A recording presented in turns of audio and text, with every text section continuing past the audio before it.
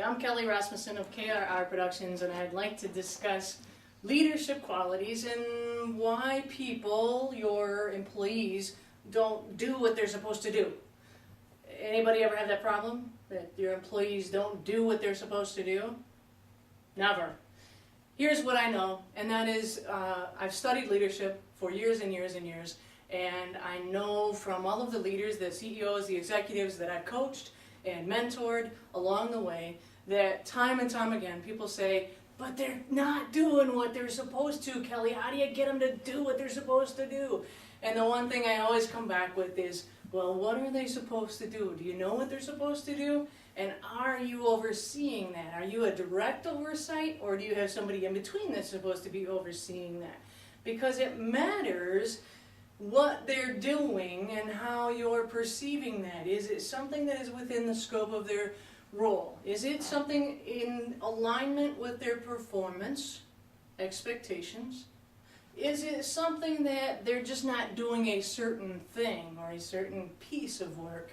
In my line of work, I used to be a 911 dispatcher up through 911 director, and the one thing I used to see people do was not answer the phone on the first or second ring sometimes because they knew somebody else would get it. And so the supervisors used to say, the leaders, the shift leaders would say to me, how do I get them to do what they're supposed to do? And I'd ask them, what's policy?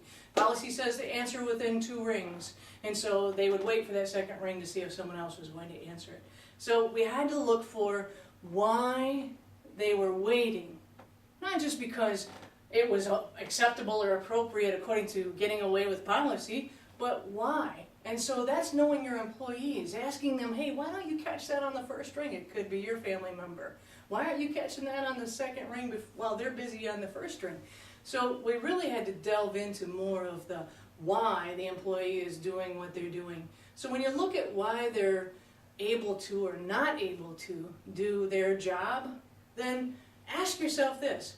Do I know their scope of responsibilities? Do I know what performance of duties they're supposed to be doing within their job description and their expectations? Because if I have expectations that they're going to get it on the first ring, policy says second ring, and they're doing it on the second ring, then we have a difference of expectations.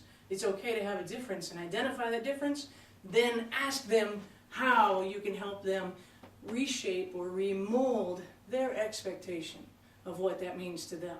Because really, it is about motivating your employee and helping them see doing the job better matters to them too.